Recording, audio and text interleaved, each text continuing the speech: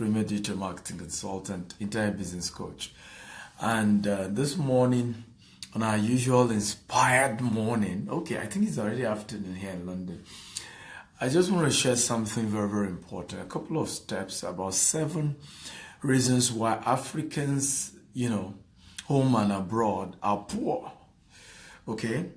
And I just hope it's going to be inspiring you. I hope you will be challenged. I hope you'll be inspired to take action. And this is coming from a very, very heavy heart. I had a chat with a young man this morning whom I did a picture about my haircut. Okay, it's like this is how they cut hair here in the UK, and I was sharing how it cost me 12 pounds to have the haircut, and how I just can't understand how expensive that is and all of that. And he was sharing with me that if the person cuts, of course, that's 7,000 naira. And he calculated I'm sure he's an Igbo man. Now, if the guy does 50 haircuts in a day, because it's a shop, and was calculating how much thousands the guy would make. And the next thing this young man said? He said, "This is why I cannot wait to leave this country." I was shocked. Very, very shocked. That was the next thing he said. He said, "That's why I cannot wait to leave this country." And I looked at him, I said, "Are you kidding me? I am not here in the UK because I ran away. I'm here on vacation turn business trip where I'm invited to train people. If I had not succeeded in Nigeria, I won't be able to afford to be traveling all over the world." And he didn't get it. He just, was already assuming that life is better in the UK, life is better in the US. And this is the same narrative a lot of people have. I tell people, an alligator, a lizard in Nigeria cannot turn to alligator in London or in the UK. A lizard in Nigeria cannot turn to alligator in London or UK. And so I'm going to share with you 7 reasons why Africans are poor, whether they are home, whether they are abroad. Number 1, we are mentally programmed to want to receive and receive and receive without giving. I don't know where we came up with this. I don't know why we live this way. But Africans just want to receive. Just give me, give me, give me, give me. They don't care if you die. That's your business. Just keep giving me. This part of the world where people will just chat me up. I have, a lot of chatting. I was in Nigeria. I had this experience in Dubai and it was shocking. Several people just chatting me up. I've been in Dubai. I'm stuck. I thought things were going to be better. And now I don't have papers. I cannot work. I cannot do anything. Can you give me money to go back to Nigeria? And I'm just like, I don't know you. Hey, we just want to receive and receive and receive. If you ask an average young man, why do you want to go to UK? Why do you want to go to US? Now, here am I on my normal vacation turn training. Okay, so people giving. I'm going to the US again, training people. I'll be in Abu Dhabi for my vacation with my family. Some training has also been set because people are demanding for it. But you ask an average person, why do you want to go abroad? They tell you, I want to leave so that I can get a better job and have a better life and make money and become rich. That is the conversation. There is none of this thing that says, I have a value, I have a solution to a problem, and I'm going to solve it. I have something I can do. I have something I can add to the UK community. I have something I can add to the US community. I'm going to go there. I'm going to, provide that solution, and I'm going to charge for it. Nobody is saying that.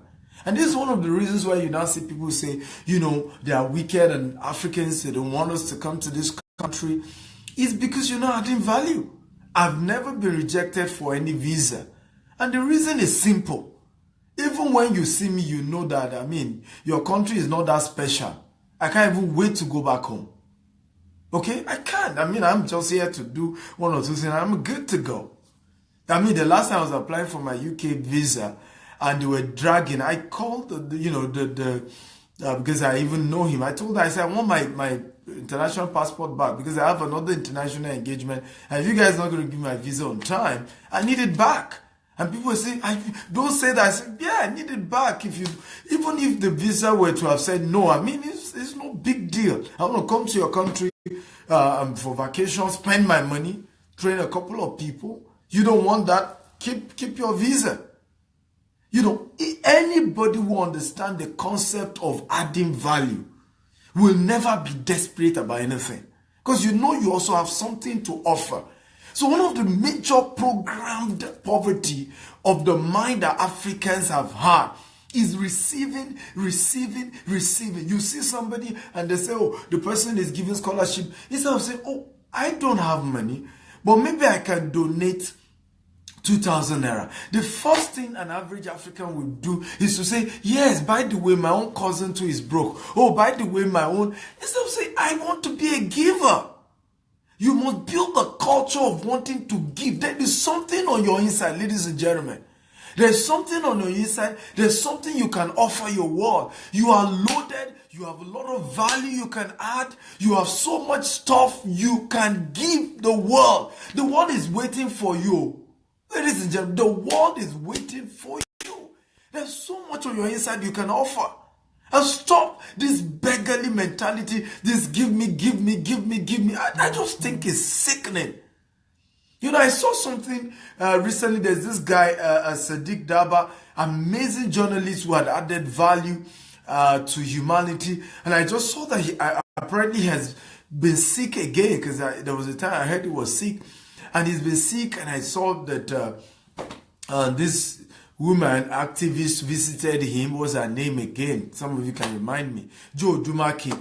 And, you know, needed money. And immediately I said, you know, I've contacted, you know, our foundation. They should send something. And then I'm saying, no, that won't be enough. How can I maybe do a post, a broadcast, and I'm still going to share that and encourage more people to donate. This amazing guy, I grew up watching him. Ladies and gentlemen, that's what we need to start doing as Africans. I'm back. Sorry about that. I'm back. So let's get to share it and get back to our normal. Where did I stop? Can somebody remind me where I was? Okay, I think I was talking about Sadiq Daba, and I want to encourage you to, there are posters everywhere with his account detail. Please send something to that man. Amazing man. Was a veteran journalist. You know, we saw him on TV, added value to everybody. He's going through a tough time as a retiree, and I will still get to why we shouldn't have the aged in our community suffer like that. If somebody has worked hard when he was young, he has invested in adding value, he shouldn't live his latter years suffering from cancer and bone marrow cancer, and he cannot get good treatment. It is sickening. It is wrong. It is wrong. You work hard in your youthful days so that you can rest at a later date. But the major thing we have as Africans that is an issue and we need to work on is that we need to work on our mindset to be givers. Nobody wants you in their country. Nobody values you in their country if you are not a value adder. If there's nothing you can add to that country, nobody wants you. And that's the truth. The first time I got to the US, true story. This is a true story of my own story. And, you know, it was here at Atlanta. I can't remember which of these point of entry. Very notorious from what I even heard later. You know, and they told me where did I come from. I said I came for a World Bank event. And they said, where's my letter of invitation? I said, you know, I was trying to check it. I thought I had printed it, but I didn't. You know, so the guy noticed that I didn't have that. So he put my stuff, my international passport, inside a yellow bag and then called one of his colleagues, you know, treating me nicely. I didn't know that I was already entering Wala. You know, so they took me to a place. I had to call my travel consultant, like, this has happened. they put in a yellow bag, you know, and all of that. He said, he said, from yellow, the next is red. He said, if you enter red, from red, the next place you find yourself is Nigeria. I said, are you kidding me? For what? What was my offense? You know, I said, what was my offense? My topic today is why Africans are poor and how to, you know, overcome the poverty programming. We've been programmed to be poor from birth. Our parents too were programmed to be poor. Actually, it's a programming. Many of us don't know, and I'm going to be opening your eyes to them today. So, the immigration, my travel consultant told me, he said that they're probably going to send me back. Why didn't I have the invitation letter where I was going to and all of that. So immediately I said, no problem, I'll sort myself out. Something in me rose up because, hey, I was coming for an event and I don't have a plan to stay in America. You know, like many Nigerians do, you say you want to go for something and then you stay there forever. So I stood up and he didn't even call me. I didn't even know that wasn't the protocol. It was later I learned that if they don't call you, you don't even go. So I just walked up to him and I said, excuse me, what's going on here? I have traveled all over the world, in different parts of the world, but I've never experienced where people are stopping me and subjecting me to all manner. He said, don't I have the right to interrogate you? I said, you have the right, but I've not experienced this kind of, you know, ridiculing, you know, I'm just here for a conference. And, you know, he said, well, but because you Nigerians, you know, you say half truth and you say half lie. Something touch in my brain. I said, I'm not an ordinary Nigerian. I said, Google my name.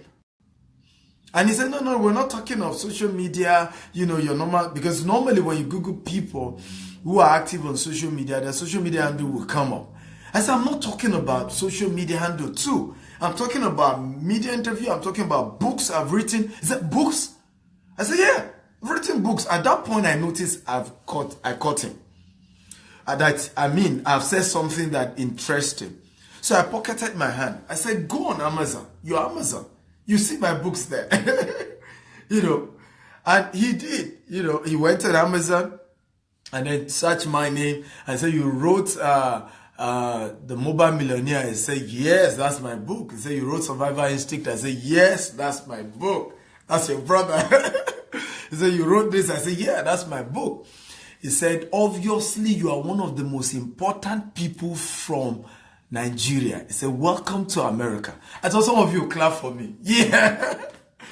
You know, but the truth was that suddenly, seeing my profile, seeing that I've written books, seeing media interview, they knew that I'm not a parasite. I'm not going to be a parasite in the system. Rather, I'm a value adder. Every country, every human being is looking for a value adder. So number one program that has been programmed to Africans is receiving and not giving. You just wanting to get. Let everybody give to you. You just be the one receiving. It's the same thing we're complaining now. You know, even about religious leaders and organizations and institutions.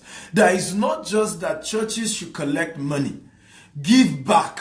Now, I'm not the extremist. You know, I also have the other version I'm hearing where people are saying pastors shouldn't live a good life. Okay? What the scripture says is that they are entitled to double honor. If somebody is praying to you and ministering to you in spiritual things, you're supposed to minister to him in carnal things. It's scriptural. We must be givers. We must support our pastors. We must support the mission work. You know, but when a pastor now become a receiver all the time, give me, all is after is receiving and receiving, you know, God's laid in my heart. Somebody here, you have 10,000 pounds, bring it now. Now, these are rubbish. Now, again, like I said, I like to balance things because I've seen the extreme. I don't like anything extreme. You must be careful, and many of us need to be careful. These are tough times, and we have to be careful. Those who are too extreme and telling you churches are the problem, okay, and the only problem you are facing, they are extreme. They are not saying the truth. And of course, those other religious leaders and pastors who are also after just taking people's money, living extravagant life, and not thinking of how to add value to people, they're also the extreme, and it's senseless. So what do you want to do? You want to be in the middle, right? Like me. I'm in the middle of the conversation, which is we should be givers. We should impact lives. We should reach out to ministry. We should expand the work of God. But we should do it with credible people. We should do it with people who have antecedent. We should do it with people we know have genuine calling. Is this making sense at all? But the first thing we must be delivered from is the deliverance from receiving. We must be givers. Start giving. That's why our churches are filled up. What are people looking for in those churches? A miracle is coming your way. This week now, money that you didn't work for will come. That's not true. You have to work for the money. Any wealth gotten in vanity will diminish and will perish. It doesn't even add value to you. Haven't you seen people who won lottery? All this lottery and lotto. And how many of them, their lives end up getting worse than it was just because they did not use it well. They got the money in vanity. They didn't work for it. And they went into drugs and they became drug addicts. So God didn't want you to get money you didn't work for. God wants you to work, but his blessing will come on it, and that the little effort you put in, you get better result, even more result than you have put in. That's what the anointing is for. Okay? So, number one, the programming you must be delivered from is the programming of receiving and not giving. It is against the law of God. It's against the law of nature for you to be a receiver. You must be a giver. You must add value. You must impact your world. Your dreams and your vision must be bigger than you. One of my vision is I have project 1 million, scholarship, which is a vision to send 1 million people to school. Okay, I mean, for the past 9 years we've done over 3,000. Okay. That is what we want to talk about. I have project 1 million entrepreneurs, raising a lot of people to be able to start their business and employ people, and we can drive away, unemployment that we're going through right now. That is how to think. What can you give, ladies and gentlemen? And some of you can please share with me some of the things you think you can give to your world, to your community, whether you are in UK, you are in London, you are in US, or you are in Nigeria. What can you give? Remember, a lizard in Nigeria cannot be alligator in UK, cannot be alligator in US. I have gotten honored everywhere I go. I go to UK, I'm honored. Any country of the world, because I've walked my way in the tough times, even in Nigeria, and I've grown to build 18 businesses, have over 50 staff, and today I get to be invited all over the world, and I'm duplicating the same. So be a giver. Have something you are offering your world. That is how it is done. If you're doing the opposite and you're expecting to be rich, then you are already poor. Even when you have money, you're still poor. Because we call it mental poverty. Wealth is not just physical, it's mental. If you are used to just accumulating, collecting, getting the money, you will remain poor forever. It's about getting money to give, to distribute. Number two, why Africans are poor, home and abroad. The first one we say is because they want to receive. Receiving, not giving. Not adding any value to anybody. Always give me. And I don't know why. Everybody also have their own problems. So stop looking for who will give you anything. Start thinking of what you give people. Number two, reason why Africans are poor. They are too skeptical. Skeptical about everything. Haven't you seen situations where,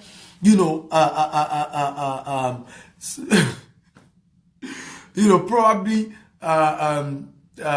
some people in Africa is late in the night, there's no light, and then maybe it was just a tree and a cloth hung on the tree. Somebody's already imagining maybe a demon or a wizard appearing. Have you experienced such like that?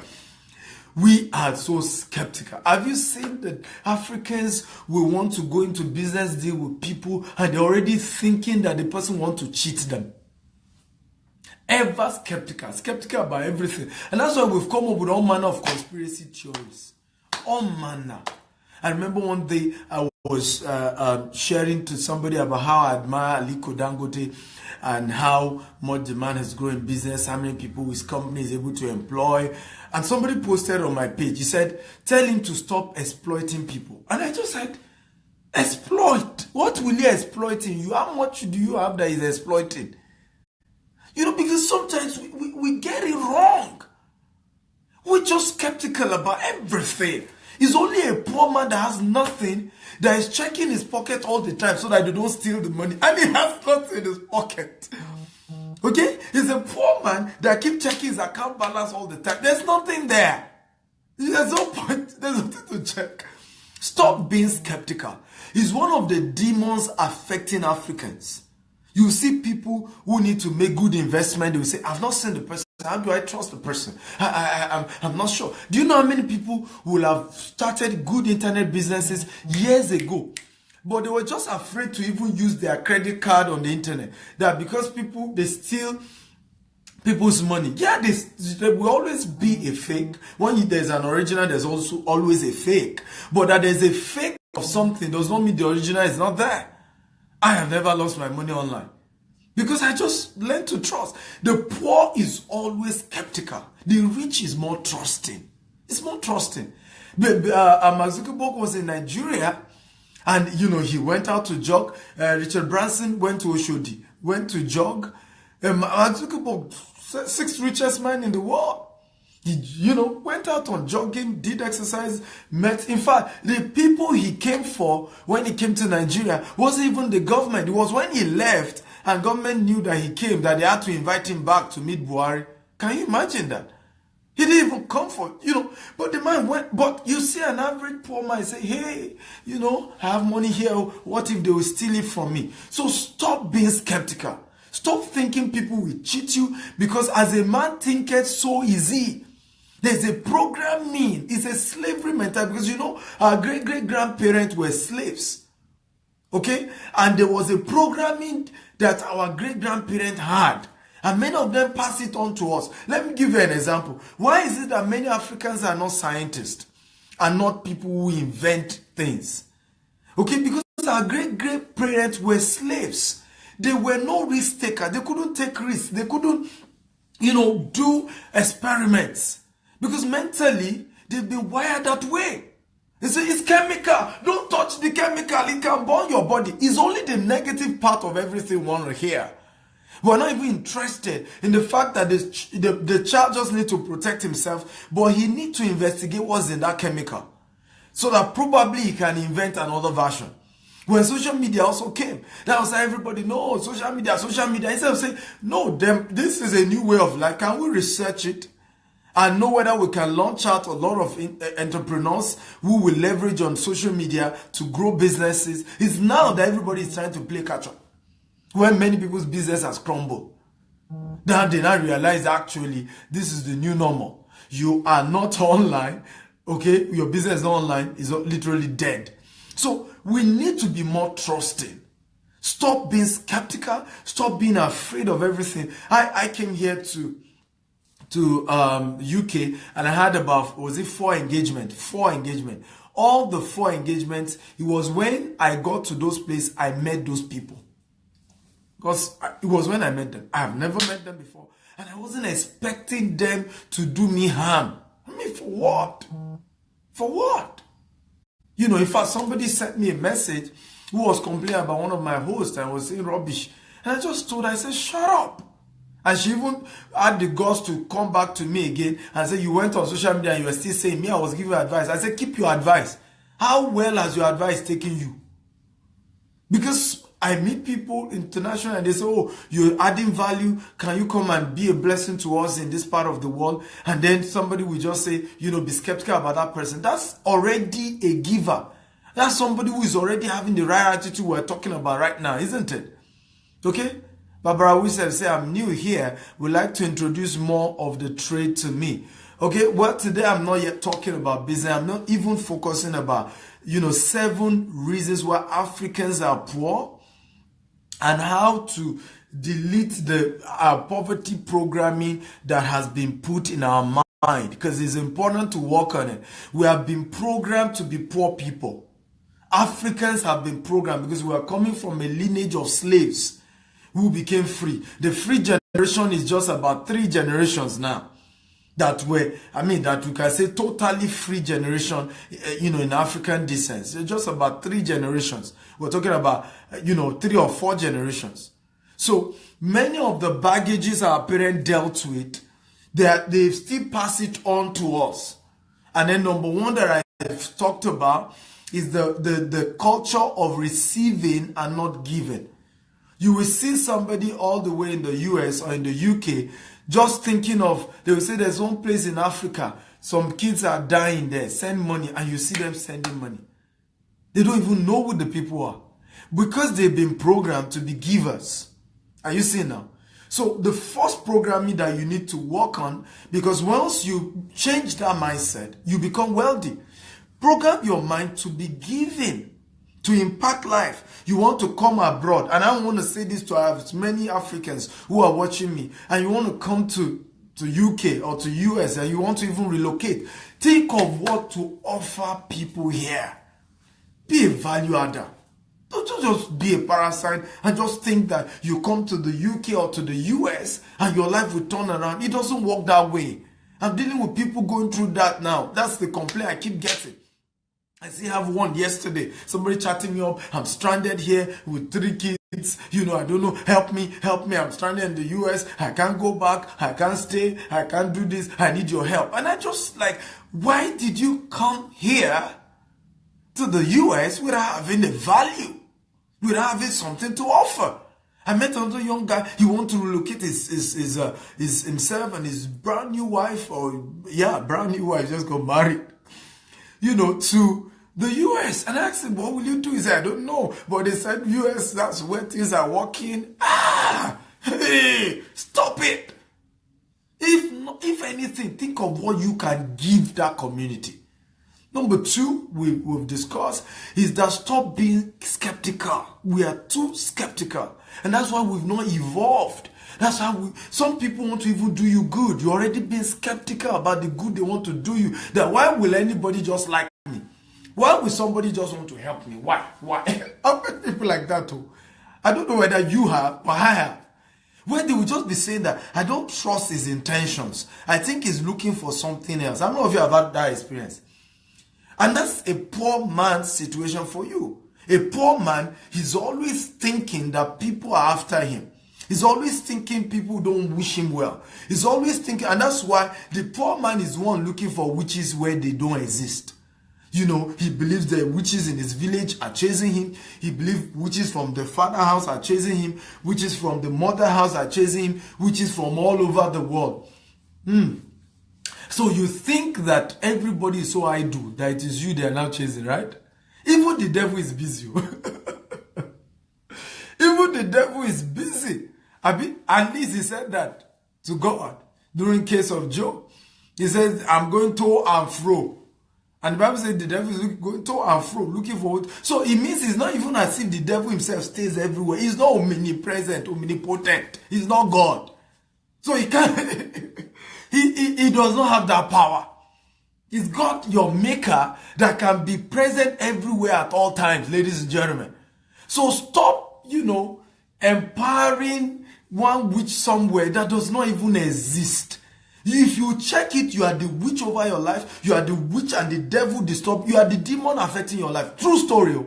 Because I had learned that in my life today. You are the one behind it. Because you program, as a man thinketh in his heart, so is he. If you believe witches are chasing you, you will be seeing signs that they are chasing you. If you believe what is in your mind, that's why you must guide your heart with all jealousy. Guide it. Okay? Guide it. Be careful the things you let in. There are some prophets that, when they even start online, just delete it. Somebody, some witches, somebody is attacking you. Rubbish. Who is attacking you? You are the devil affecting your life. Let me tell you this. One of the realizations I came to years ago was this, and this will help many of us. that I am absolutely, Stephen Akintayo, absolutely responsible for the outcome of my life. I am absolutely responsible for the outcome of my life. Not the devil is my enemy, not nobody. I am absolutely. If I make it, it's my fault. If I don't make it, it's my fault. I am absolutely responsible for the outcome of my life. So take responsibility. Take responsibility. Which takes me to number 3. Reasons why Africans are poor home and abroad. They are not doers. They are hearers and talkers. We have, in fact, some people, because of the social media age, have gotten PhD in talking, PhD in analysis, PhD in complaint management. It's true. PhD in complaint management. PhD in newspaper report complaint management. We have so much Africans doing that now. And I think something is wrong somewhere. We need to evolve a new breed of Africans who are creators, who are solution providers. You know, I have met several people analyze the problem of Nigeria in several sectors. You know, many say they are poor leaders, many say they are fake leaders, many say they are failed leaders, many say is our foolish leaders. And you know, many times when they say it, I just shake my head. Because, and some of them I can tell the truth, I tell them. I say, sir, do you know, if you are the president of Nigeria now, you will do worse than Buhari is doing. And they go, no. And I said, look, the definition of insanity is to do the same thing over and over again and expect a different result. The fundamental problem of African leaders is capacity development. We are champions in fighting wars. See Mugabe. Mugabe led the revolution that stopped the minority rule, the white minority rule in his country. So he had the capacity to fight trouble. He had the capacity to send away the white people that he claimed were the ones behind that country's problem. But see what has happened today. To buy bread, you use trillions in Zimbabwe. Jesus, true story, use billions of their money to buy bread. You see, a man who can fight, who can complain, who can analyze, but does not have capacity, but is not a doer. Look at South Africa, the same thing. And I think this was probably one of the things that Nelson Mandela realized that made him to only serve for one term. God bless his soul. That look, being able to fight for my people's deliverance is not equal to having the capacity to run the country well, having the technocratic skills or the ability to assemble technocrats and get the job done. One of the things I said to myself, and this is why I invested into entrepreneurship, I said to myself, I am not fit to become a political leader if I cannot succeed in my private enterprise. Say it to yourself too. If we'll be sincere, that's where the problem is. That's where the problem. If Dangote were to run Nigeria, Nigeria would be a better place. Mark my word. Mark my word. And sometimes these are some of the same people that many of us are attacking for no reason. A man has worked his way. You think if it's easy to become wealthy, you to go and become rich now? Oh yeah, go. I mean, if it's that easy, because sometimes we come up with all these conspiracy theories about the rich, that it just doesn't make sense to me. If it's that easy to become rich, go and do it. Meanwhile, these are the set of people we actually are supposed to celebrate. Because if we get more, I'm not talking about so-called rich people that were politically rich. I'm not talking about that. They stole money and then now started buying investments and all. That's not what I'm saying. No. I'm talking about people who have always been in the private sector all their lives, invested in growing their business from zero to hero. That's the kind of people I'm talking about when I say rich people. Okay? So, because, thank you, Mrs. Oriyomi, because you can only give what you have. I believe Nelson Mandela realized this, and that was why early he pulled out after one term and say, you know what, keep the country, let other run. Because you can see what Jacob Zuma is doing. You can see South Africa, there's joblessness. People don't have jobs. People are going through a tough time. And we have now started xenophobia and all manner of rubbish. Okay? And sometimes we have this mindset, the white people hate us. The white people, let me say this, and you can quote me any day, anytime. If I ever go into politics and I become a president or a governor, and I need to do something, and I have not found a Nigerian with the capacity to execute it. Not I mean capacity to do it, I mean, let me give you an example. The fact that somebody is an engineer in a train station here in London does not mean he knows how to start a whole train station business. Can I say that again? You know, the fact that somebody is a top engineer here in London, has been in London maybe for 20 years, does not mean he has capacity to start a train station business and run it well. Dubai transformed because, and you need to hear this, because they looked for people who had the skill in the areas they needed to develop. They got those people and talked about transfer of skill. Let me give you an example. Do you know that Dubai Aviation, United Arab Emirates Aviation, is run by a British? How many of you know that? It's not run by an Arabic person or an Emirati, like they call it. It's run by a British, a British guy, white British guy. Several of their sector is run by people who are outsiders. The architectural master plans and buildings and stuff are usually done by British, sometimes French architects. So the only thing they insist on is to domesticate that whole process, put in our own Arabic feel. So if I become a president today, if I get a white man who has the capacity to run our textile industry well, to run our manufacturing industry well, I'll get the person. We need to... Hey guys, are you still here or you've left me? Oh, thank you so much. People say I'm on point. But we need to say this. And I think today I just wanted to really, really pour out my heart. And I want you to share this video. Let it go viral. Let people hear this. We need to be sincere with ourselves. I grew up in a little community called Jebba in Kwara State. If you know the place, can you type, I know the place? And in Jebba, they had this paper mill. Okay, not too far from Jebba, we also have Bashita. Bashita had a sugar mill. The paper mill in Jebba and the sugar mill in Bashita were run by Indians in the 60s and 70s. And then Nigerians came with this concept of, we want our own, we want Nigerians to run the sugar mill, the paper mill. Why must it be that it's foreigners that are ruling us? You see, the slavery mentality we have. Instead of saying that who is the expert. Do you know that same slavery mentality is the same thing affecting us now? Where we have changed it from white to no. Why must an Hausa man rule us? Why must it be an Hausa man? Must it be the North that will always rule us? Can't we, the Southerners, rule? You see, we've started it again. We started it again. And that's how we want to divide Nigeria. And we're telling ourselves lies, pure lies, pure lies. Is your governor not from your locality? Is your local government chairman not from where you are? Why has he not turned that place around?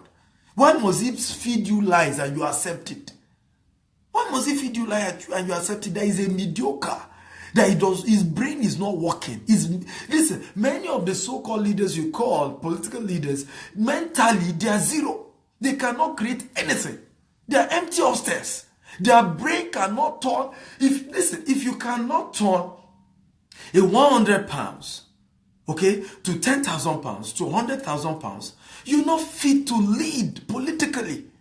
Because you won't even have an idea of how you can really turn the little resources your country has that you're generating from oil and diversify it and, and expand your businesses and turn things around. You won't be able to know how to do it. So we throw sentiments around. So that was how the Indians were chased out of the Jebba sugar mill, paper mill, and then Bashita sugar mill. Guess what? All those places are gone now. They are all gone now. Those companies have folded up. The people who were employees there no longer have jobs. Those communities are now poor communities, broke communities, because we insisted, we wanted, let's have our own people. You will never see me do that. You will never see me do that. In our company, I don't care where you come from. If you have something tangible to offer, you are important. You are important. One of my former GM one day said to me, sir, it took me years to know what you like. He said, result. He said, if anybody wants to be your best friend in this company, you should just get result. He said, if the person has result, you will like him die. And that's me. I don't care who you are. You can be white, you can be yellow, purple, green. If you have something tangible to offer, let's be friends.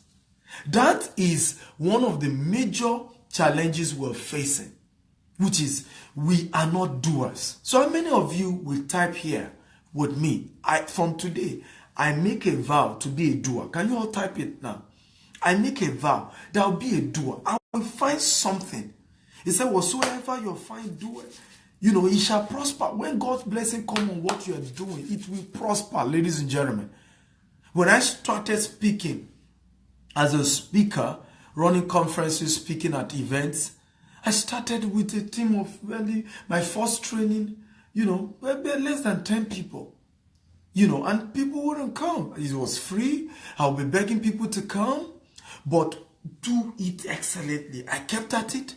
I kept running my trainings. I kept running my empowerment trainings. Today now is a global enterprise, training people all over the world. You see? So find something to do and do it well. Be a doer. That's number 3. Be a doer. Be a doer. Be an executor. In fact, we have a CAP meeting coming up very soon, and we'll call it the Intelligent Executor. That's the title of the CAP meeting. The Intelligent Executor. That's the title. And we're going to be focusing on how people can become better doers. Execute things. Because you want a job. Many of us now, look at it. I was in Aberdeen the other day. And again here, even in London, what I realized is that a lot of people is either they finish masters, the least person has finished masters. I've met people who are done with their PhD or are currently running their PhD, yet financially, they are not there. And the reason many of them still give me is that is either there is no job in their locality like Aberdeen where the oil has dried up, or they are in a situation where for one reason or the other, maybe their papers, they cannot get a good job. Or in some other cases, one, excuse or the other. And I keep telling these people, if you cannot get a good job with all the education you have, can't you start something? That was what I did. In fact, the young man I told you a story now, that was what I told him. I said, young man is not from abroad, though, it's from above. God is the one that bless a man. And when he bless you, he has no sorrow. So I said to him, don't be deceived to want to rush out of Nigeria. I said, I'm in UK here. I can't live in UK. I only come for vacation because the people here are stingy. Is that not true? I mean, if you're in UK here, you better say the truth. The people here are stingy. It's hard to get money here.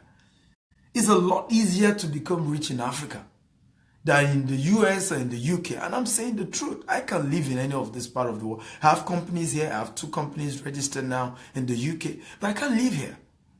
There's so much opportunity in Africa than even here. And you just need to open your eyes and see them. And even those of you who are here in the UK or in the US, be open to the fact that if I do not get a job, I will create one. Simple. Simple. Even if you have a good job, begin to open your medulla oblongata to say, I want to have multiple streams of income. Because 20 years from now, 30 years from now, I'm going to be asking myself, what have I achieved? When I meet people here and I say, how long have you been here? The least you hear is 10 years. An average person has been in the US or in the UK 10 years, 20 years. And I said, do you have a house here? Say, things are tough. And I said, it doesn't make sense to me. I can't live in UK or US. In 1 year, I have my house. In 1 year. Here in the I'm not talking about a house in the village. Here, I will have my house. Here. Here. What are you talking about?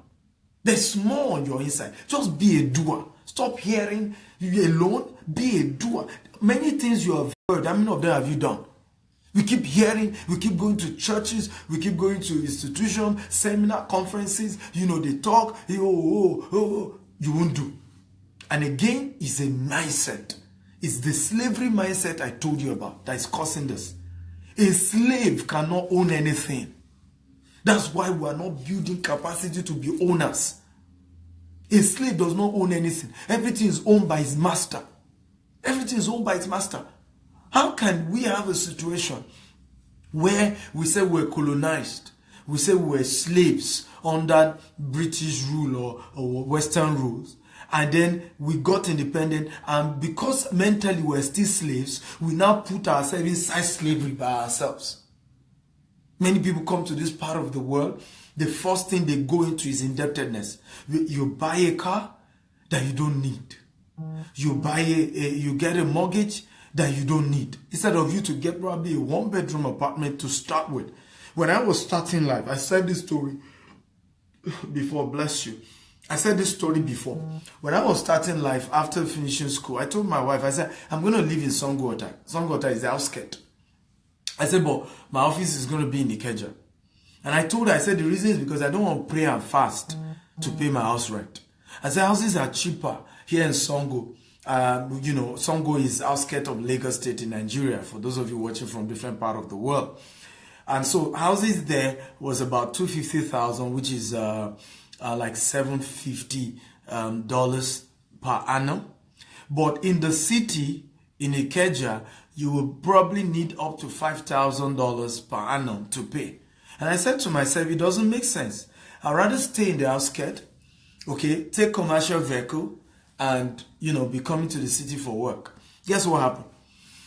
One day I got a mail from one stupid man or woman, I don't know who the person is. And the person said to me, he said, you, Stephen Akita, I said, you are CEO, you are this, you are still taking commercial vehicle. That's what the person said. And I just said, what mental state will make somebody think that my financial worth is in my Rolls Royce or in having a car? A car is not even an asset, it's a liability. Even the house you live in is not an asset, it's a liability. I don't know how people think. Guess what happened? This is a true story. By the time we're leaving Songwater, we had become estate owners. Because I stayed there, kept my bills low, so that I would be able to afford later what other people cannot afford, what my mates can't afford. My mates who decide to say, want to be in the city, many of them refuse to come and visit me. They will be like, where you stay is far, we can come. Today now, I own estates, they are still in rented apartment, and yet don't have any land. There's nothing wrong with being in a rented apartment. Okay? Just make sure you have a land somewhere, or you have a house somewhere. Because one of the strategy I said to myself, to my wife, I said, we need to endure here. So that by the time I'm moving to the city, it will be the rent of the properties I have other places. Because when I move to the city, I can't live anywhere. I have to live in one of the biggest estates for security reason. And that's what happened. In fact, when we moved, the kind of mansion we moved to were like this small inside the whole building. Everywhere was just too big for us. I pray that somebody will have a great testimony today. I thought I would hear an amen. Yeah? I pray someone will have a good testimony. So, number 3 reason why Africans are poor is that mentally they have been programmed not to do, but to only hear. How many of you will type again, I will be a doer from today. I will do. Like you've heard me. I will do. And some of the reasons why we don't do is just that we're just too afraid. And it just doesn't make sense to me. Number 4, reason for poverty in Africa and why a lot of people, Africans, remain poor home and abroad. Okay, home and abroad is that we have the culture of expecting somebody else to solve the problem and not us. We have the culture of expecting somebody else to solve the problem and not us. So it's a culture where you run away. It's a culture where you say, you know what, I don't want to be a victim. I just have to run away from what's going on here. I don't. And that's the same culture happening. A lot of people have left Africa to greener pasture in UK, in the US, and then today they're still struggling because they thought it was just going to be a land flowing with milk and honey. And they failed to realize that if you won't do it, who will? So we have been slaves because we passed the buck, and that's the number 4.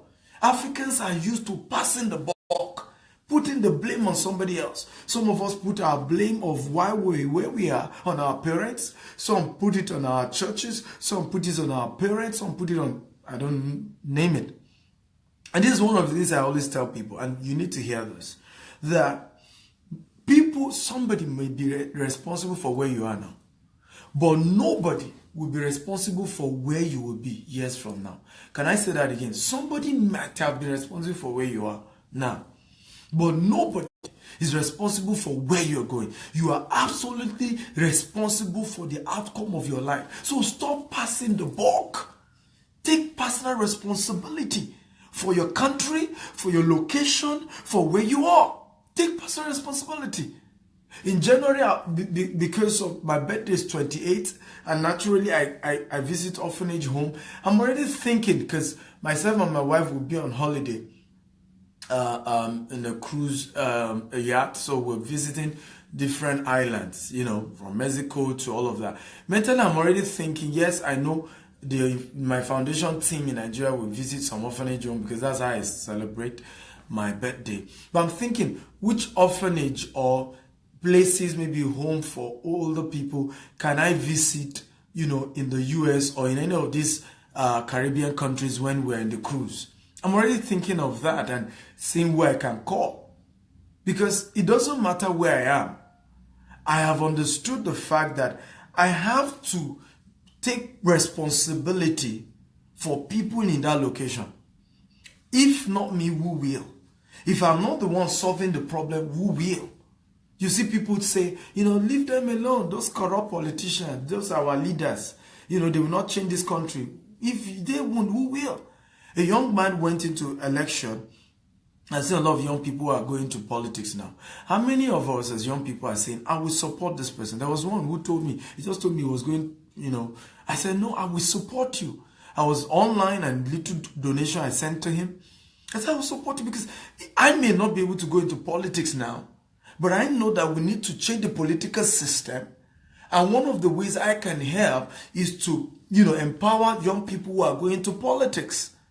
Okay, in my little way. Of course, it may not be much, but if it's in small donations, if it's in to also promote them and endorse them on my platform, I want to do that. Be the solution provider. We are poor as Africans. We have suffered too much as Africans because we don't think that we are the ones that are wired to solve the problem. Let me ask you a question. Why did God choose this time to create you? Why? Why were you born at this time? Why were you not born in the 1800s? Why were you not born in the 1700s? Why? Why did God also choose to now give birth to you in that part of Africa, whether Sierra Leone or Nigeria or Ghana or Cameroon? Why did God now choose that part of the world as where he was going to give birth to you? Why? Who can answer the question? Why? Can somebody help me with that answer? Can I tell you the answer if you care to know? The reason is because you carry the solution to solve the problem in that locality. God had loaded you with the capacity to solve the solution in that place. That was why I rose up one day and I said, I hate the way I'm seeing my brothers. I hate the way I'm seeing my fellow Africans suffer and people graduate from school and there's no job. And I went through that process. I printed 100 CV. Nobody was willing to give me a job. I had to go and start my business on my own. And I said, if I can only help 1 million Nigerians or Africans, or Africans basically, I will have influenced the change in Africa. Because if those 1 million people, okay, employ average of 30 people, we have simply created 30 million jobs. That will go a long way in reducing the poverty line. Probably in a few years' time, from some of these other 30 million people, half of that or less than that will also go and start their own business, and we can solve the unemployment issue in Africa. Why am I doing that? Because I just took responsibility. I believed I was born for such a time as this because I carry a solution for my generation.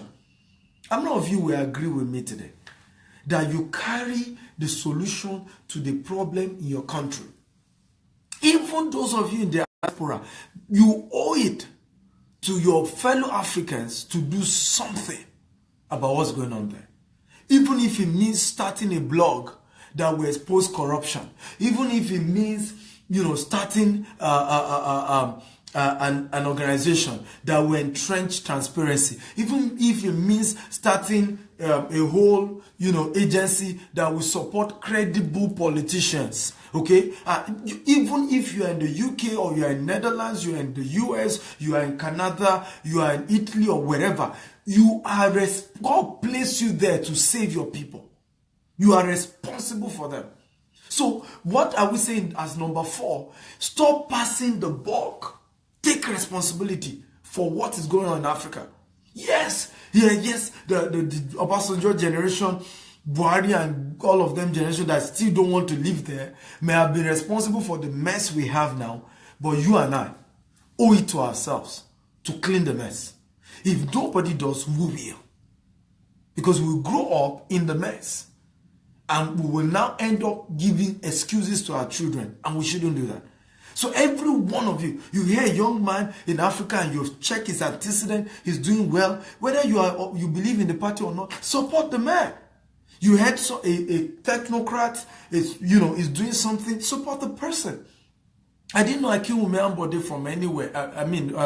Akinwumi, the former Minister for Agriculture. But I saw the things the man was doing in agriculture.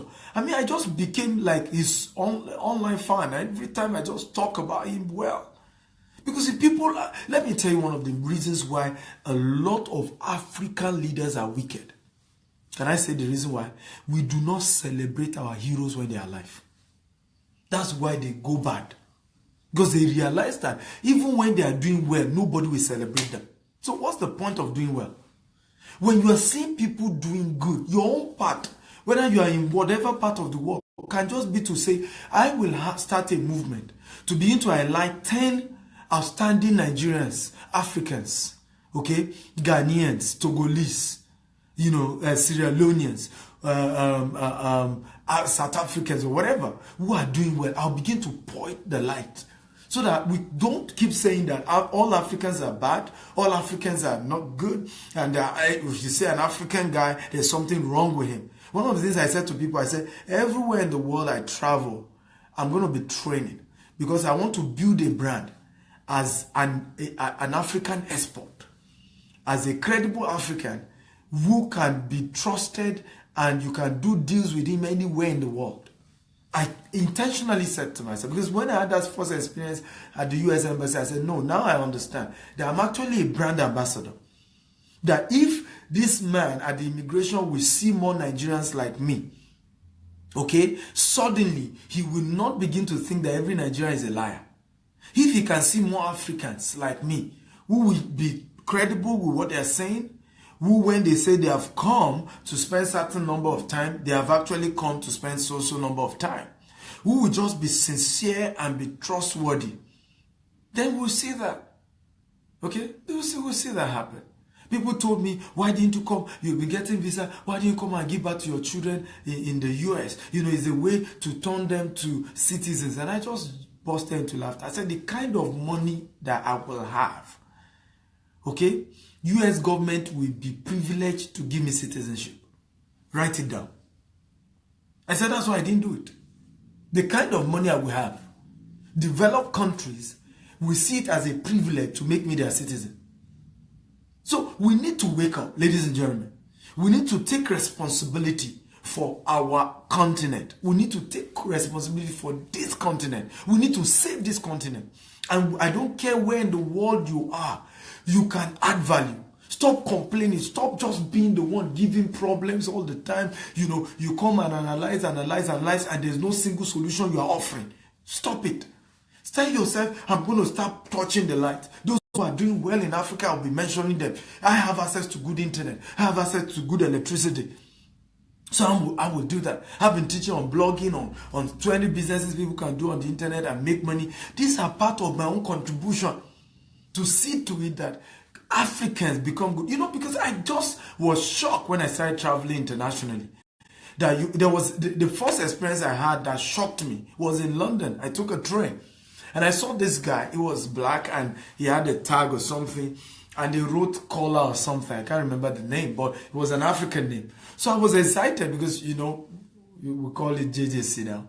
Johnny Just Come. I was Johnny Just Come in London then. It was years ago. And I was just excited to see somebody who is also black skin like myself, thinking he was from where I come from. So I said, hello, sir. You must be from Africa. Then look at me and spoke his British English. You know, I cannot understand what he's saying. You know.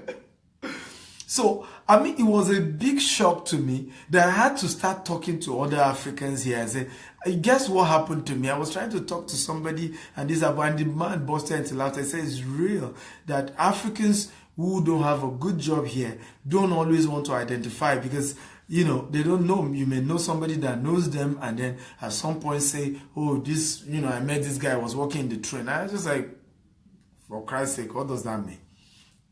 Okay, I mean, if you're not proud of working the train, then stop working the train. Go start your business or something. Okay? Or go get better job or get more degrees or figure it out. There's always a way out, ladies and gentlemen. You know, but I was shocked. So, you know, you go to hotels, instead of Africans owning the hotels, they are the one that will clean the place and be at the door. I'm not saying that's wrong, and don't get me wrong. I will rather support a man who is working hard. Because I teach people, I say this. I said, look, God forbid, if I financially go bankrupt today, if I need to carry cement to feed my family, I'm going to do it. There is dignity in labor. And it's part of what I'm going to go to later. It's part of what I'm going to talk about. So there's nothing wrong that you're driving a cab or that you're doing something. There's nothing wrong with it. But you see, if you are doing that for 10 years, you're doing that for 20 years, you're doing that for 30 years, something is now wrong. Something is wrong because you're supposed to grow and graduate. I've gotten to, when I started business, you know, as a young man trying to fend for myself, I used to sell popcorn on the roadside. Buy popcorn. That's a true story. You know, buy popcorn.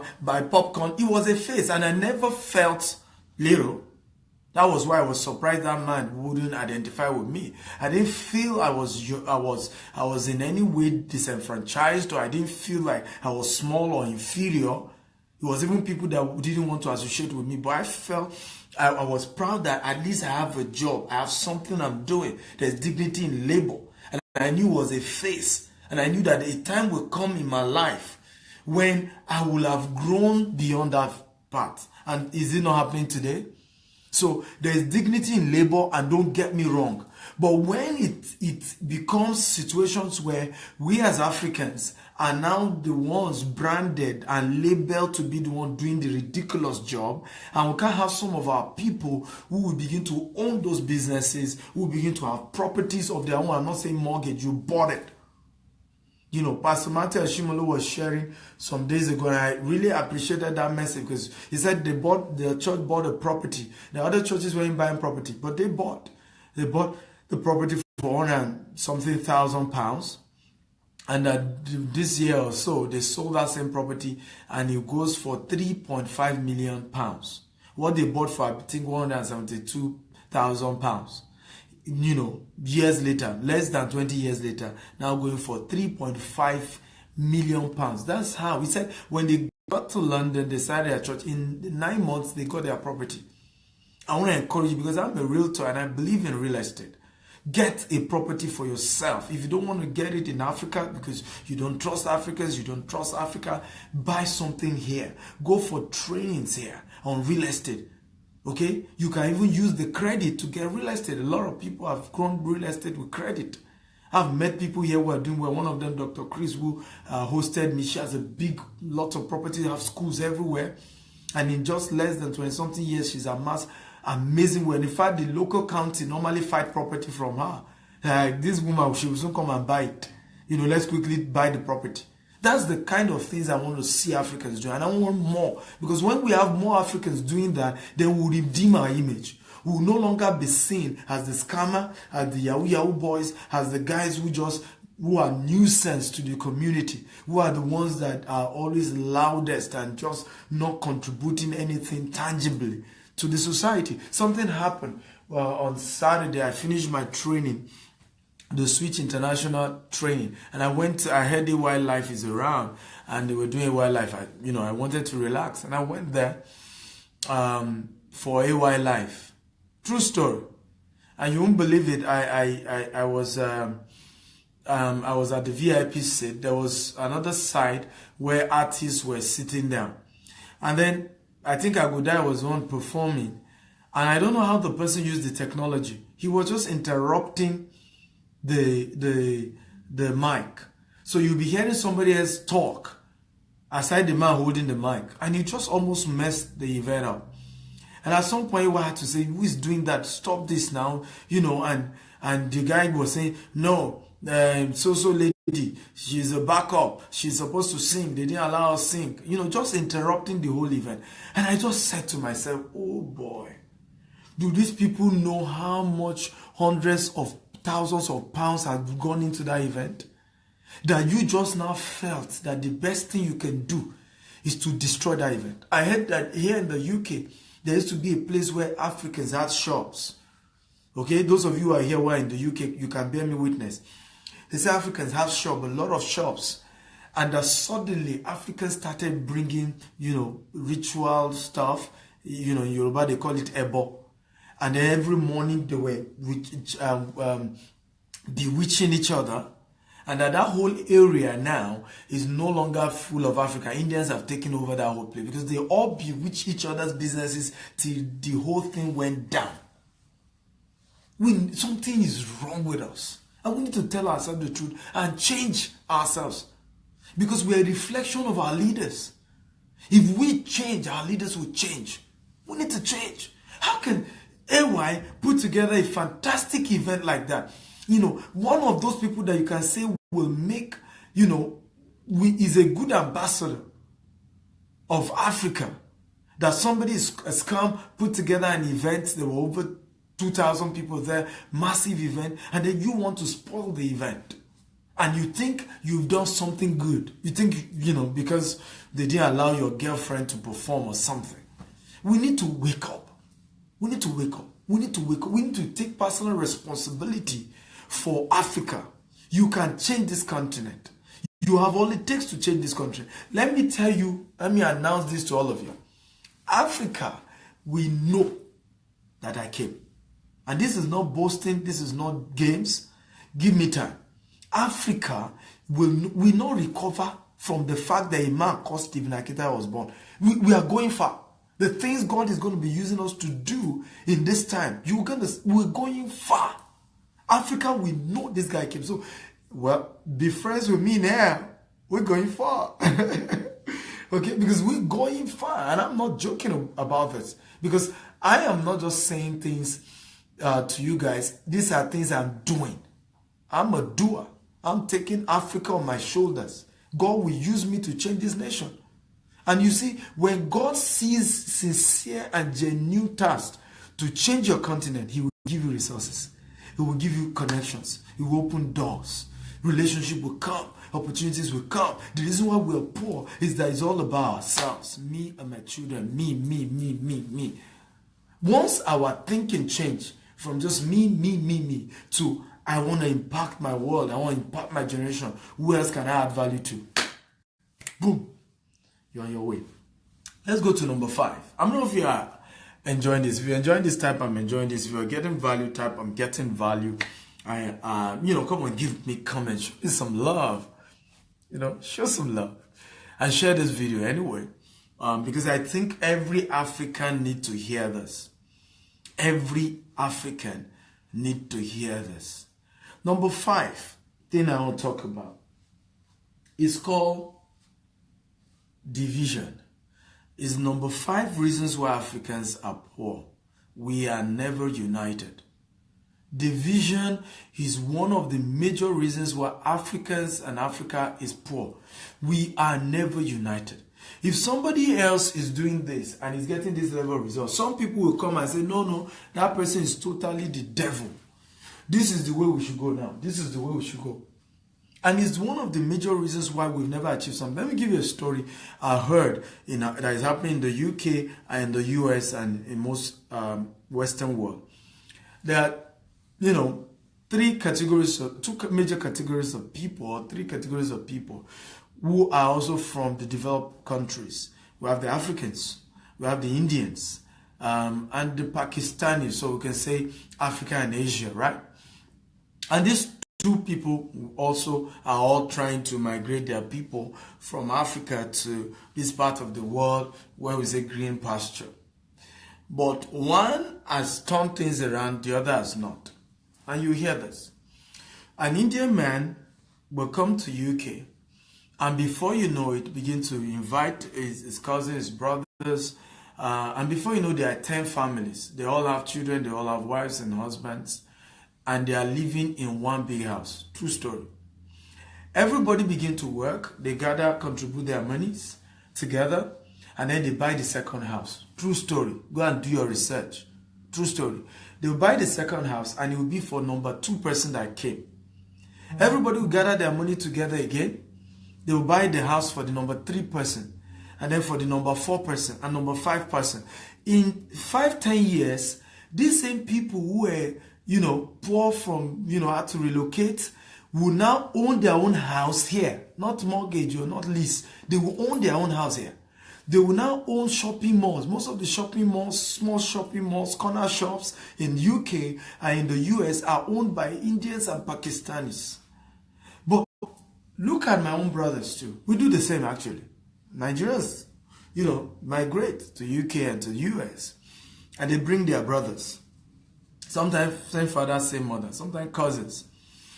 And then the same person you helped and you brought, small thing will happen, the same person will be the one after you. The same person will be the one to leave you without even being grateful. Maybe just a little disappointment, a misunderstanding between 2 wives. Instead of showing maturity and say, the 2 of you, the 2 wives, sit down here. We are your husbands. And we're saying you should solve whatever problem you're going through now. Because our unity is bigger than each of us. We will do more together. We will do more in unity than when we are divided. And then they straighten themselves out, because that's how the Indians do it. There's somebody who will be like the head of everybody. And so when issues happen, he treats those issues in justice and in fairness, and everybody, because they fight too, for your information. They are human beings too. Every human being has sentiment. We are complex. We fight. That's what makes us us. We have issues. We disagree. But there's so much maturity from the Pakistanis and the Indian family that everybody will be mature enough, and they work together till every one of them is settled. But in Africa, pride. Who are they? What do they mean? See the way your wife spoke to me. Do you know who I am? Because you helped me to come. I'm going on my own. And then he goes on his own and begins to struggle and struggle. 20 years gone, he has nothing. He has nothing. That is one of the major issues with Africans. Even back at home, the same problem we face. The same problem you face. Somebody invests with a Pakistani and things didn't go well, they will just sort it out. Oh, sorry, you've given me the proof. Let me give you a story of my very dear friend, who they're in Nigeria. The 2 of them are Indians, and they run a big company. I don't mention the name of the company. This company turns out 1 billion to 1.5 billion every month in sales. And the owner of the company, who is the chairman, got this other guy who is the CEO, but they are also both Indians. And suddenly something happened. They started having some losses. Some of the marketing managers in different branches, didn't remit their money. And the chairman came, they had the board meeting, and he said, you are the CEO.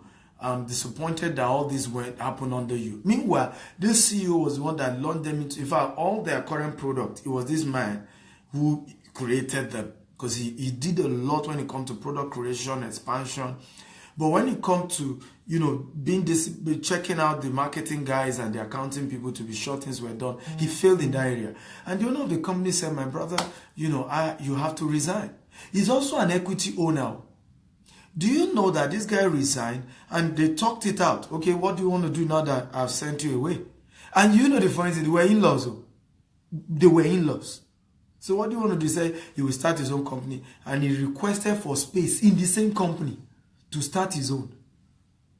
Requested for space in the same company. And he has just started his own. Some of the executives said they want to go with him, and they went with him, and it was no fight. And he did not go ahead and start doing the same product he had helped his in-laws company to do. He looked for separate new set of products and services, was managing that one's office temporarily, and then I'm sure very soon it's going to go somewhere else. That is called maturity. We behave like babies and kids from this part of the world. Many people carry age, but they know nothing. A woman, I told you the story of a woman who was just bad-mouthing somebody else here. And she told me that I should not partner with the person who, the person is this, the person is that. And I came on social media and I mentioned it. And she came back, she had the guts to come back and say, I told you something. You went and said, I'm 56 and I know you are maybe 35. I'm teaching you wisdom. And I said, keep the wisdom to yourself. If you have been that wise, you will have gone to more result than I got. We need to be more united and stop this sentiment. If we're going to go far as Africans in business, in what we're doing, we need to be united. We need to come together. We fight and fight and fight ourselves till, it doesn't make sense. Let me give you a scenario now that is currently making me really, really angry. There are some pastors who have come up in recent time. They are preaching what we call the grace message. And they said these other people who are preaching, prosperity message are foolish and they are teaching rubbish. But by the way, before grace message, there was also another message. It was the holiness message. For your information. So that you know where the world has moved in terms of the faith, the gospel of Jesus. Before the holiness message, we have had other ones who were the Methodist, who pulled out from Catholic. So we have had errors when it comes to the body of Christ, where some people just come up and say, these other people, they are wrong, they are bad, they're just crazy. And we have these people come up and they say, you don't need to tithe. I don't have a problem with that. If you can prove to me that people shouldn't tithe, no problem. Abi, it's each person's choice. If you feel like tithing, go ahead and tithe.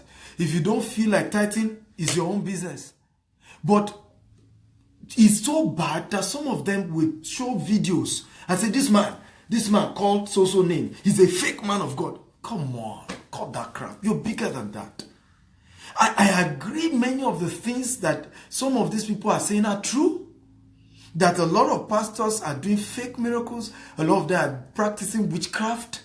And they will say they are healing people. They are setting the poor free. They are doing, you say you are doing healing and then you are using, neuro-linguistic programming and all of this rubbish. We know. We know. And we've known over the years. And this is not new. It happened even the time of Jesus. It happened during the time of Paul the Apostle. It is normal that when there is original, there will be fake. But don't call names. Don't call names. I'm told that some of them, they are pulling their videos down. And I support it. Don't call names. You can go ahead and say, these people, this method of doing healing is wrong. It's not scriptural. I support you. But don't call names. We need to be united. We need to be united. Because in the day of battle, who will defend you? Who will defend you? We need to be united. We will, of course, need to talk about what's wrong in the system. We need to challenge. I get so sick by a lot of these I call them fake pastors. Many of them just all about money, taking people's money, living, they don't even care about the members. Right? I agree with you on that. And I absolutely think that we need to begin to tell people that they should wake up.